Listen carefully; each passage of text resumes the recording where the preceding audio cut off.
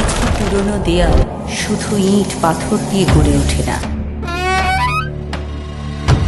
একটা জমানো আর্তনাদ আটকে আছে এই পাথরের গায়ে।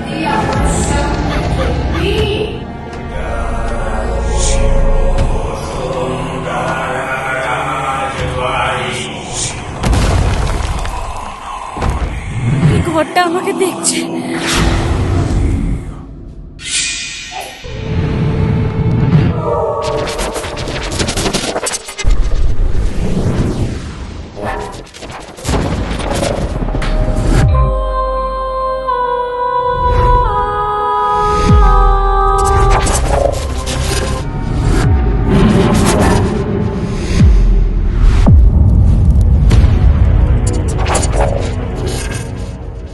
চলো, তুমি যেখানে থাকবে সেটাই আমার স্বর্গ। চলো চলে যাই। চলো।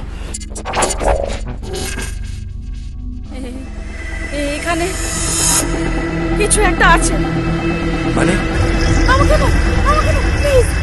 তুই এটা কি জানিস কে বা কারা করছে?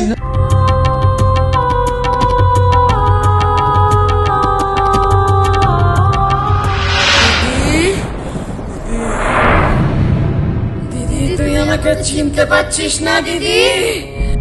আমি বসুন্ধরা।